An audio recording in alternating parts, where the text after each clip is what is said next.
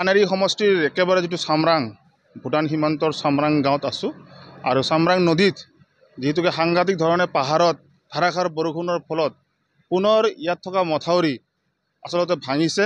ভঙাৰ ফলত এই চামৰাং অঞ্চলত পুনৰ বানপানীৰ সৃষ্টি হৈছিল, যাৰ ফলস্বৰূপে আমাৰ সমাজকৰ্মী বিজয় বৈশ্য ডাঙৰীয়াক বিশ্বজিৎ দৈমাৰী ডাঙৰীয়াই নিৰ্দেশ দিয়াৰ লগে লগে তেখেতে আহি পুনৰ আজি এই চামৰাং নদীত বান নিৰ্মাণ কৰিবৰ কাৰণে তেখেতে ইতিমধ্যে JCB লগাইছে আৰু তেখেতে কাম কৰি আছে। গতিকে আমি কিছু ৰাইজক সকাহ দিবৰ কাৰণে আজি বিশ্বজিৎ দৈমাৰীয়ে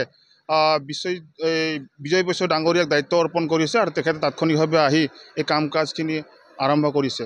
গতিকে ধন্যবাদ জ্ঞাপন কৰিছোঁ বিজয় বৈশ্য ডাঙৰীয়াক আৰু সন্মানীয় বিশ্বজিৎ দৈমাৰী ডাঙৰীয়াক। আৰু লগতে আমি গাঁওবাসী হিচাপে আমি দাবী জনাব বিচাৰিছোঁ যাতে এই চামৰাং নদীত যিহেতুকে পূৰ্বৰ যিখন মথাউৰি আছিলে সেই মথাউৰি সাংঘাতিক ধৰণে ভাঙি পেলাইছে। গতিকে আমি দাবী জনাব বিচাৰিছোঁ যে এই মথাউৰিটো বৈজ্ঞানিক ভিত্তিক এটা পুনৰ মজবুত বান নিৰ্মাণ কৰিবৰ কাৰণে আমি দাবী জনাইছোঁ। তেতিয়াহে এই অঞ্চলৰ ৰাইজে হয়তো কিছু সকাহ পাব বুলি আমি অনুভৱ কৰিব পাৰিম। কাৰণ যেতিয়া ধাৰাসাৰ বৰষুণ হয়, বৰষুণ হ'লেই ইয়াৰে বান যিহেতুকে কিছু হয়তো নিম্নমানৰ হোৱাৰ কাৰণে চাগে এই বানটো হয়তো আজি গৰাখহনীয়াৰ সৃষ্টি হৈছে, যাৰ ফলস্বৰূপে বানৰ কবলত পৰিছে। যিবিলাক খেতি আছিলে খেতিবিলাকো যিহেতুকে বিনষ্ট হৈছে।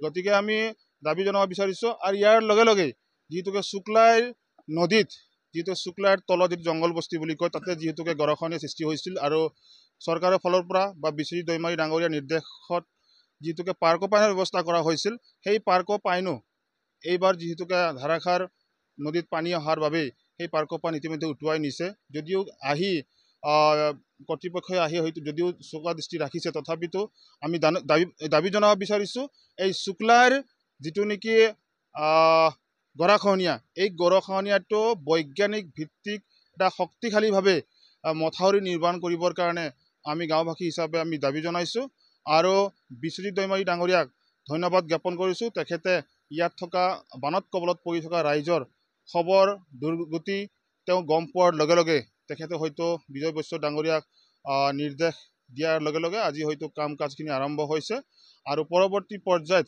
হয়তো নিশ্চিতভাৱে বিশ্বজিৎ দৈমাৰী ডাঙৰীয়াই এই অঞ্চলত পৰিভ্ৰমণ কৰি এই মথাউৰিটো পুনৰ নিৰ্মাণ কৰিবৰ কাৰণে হয়তো পদক্ষেপ ল'ব, তাৰ কাৰণে আমি আশাবাদী। চামৰাং নদীত আছোঁ। এই চামৰাং নদী ভূটানৰ পৰা বৈ আহিছে।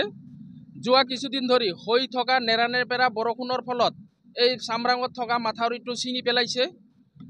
ইয়াৰ ফলত ইয়াৰ ডাউনত থকা গাঁওসমূহ সম্পূৰ্ণৰূপে বিধ্বস্ত হৈ গৈছে। কিছুমানৰ ছাগলী গৈছে, কিছুমানৰ গাহৰি গৈছে, সম্পূৰ্ণৰূপে উটাই পেলাইছে বানপানীয়ে। তো এই সন্দৰ্ভত গাঁৱৰ মানুহে মোৰ লগত কথা পাতিছিলে এইটো কেনেকৈ নিৰাময় কৰিব পাৰে। ঠিক তেনেস্থলত মই MLA ছাৰৰ লগত কথা পাতিলোঁ। MLA ছাৰে মোক নিৰ্দেশ দিলে মাথাউৰিটোৰ কাম মেৰামতি কৰিবৰ বাবে।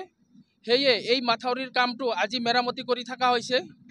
ইয়াৰ ফলত মই ভাবোঁ এগ্ৰিকালচাৰ ফিল্ডসমূহত পানী যোগান ধৰি পেলাই ৰাইজ নিশ্চয় উপকৃত হ'ব আৰু পৰৱৰ্তী সময়ত ইয়াত পাৰ্মানেণ্টলি ব্যৱস্থাৰ চলাই থকা হৈছে। ধন্যবাদ। ভোলাটাৰ VCDC সম্পূৰ্ণৰূপে ডুব যায়। ইয়াৰ পাছত চামৰাং 1 নম্বৰ ডুব যায়। ইয়াৰ পাছত বামুণজুলিতো সোমায় এই নদীৰ পানী। তো তেনেকৈ বহু কেইখন গাঁও সম্পূৰ্ণৰূপে বিধ্বস্ত হৈ যোৱাৰ পথত আছিলে। আজি ইয়াৰ কাম কৰি থকা হৈছে।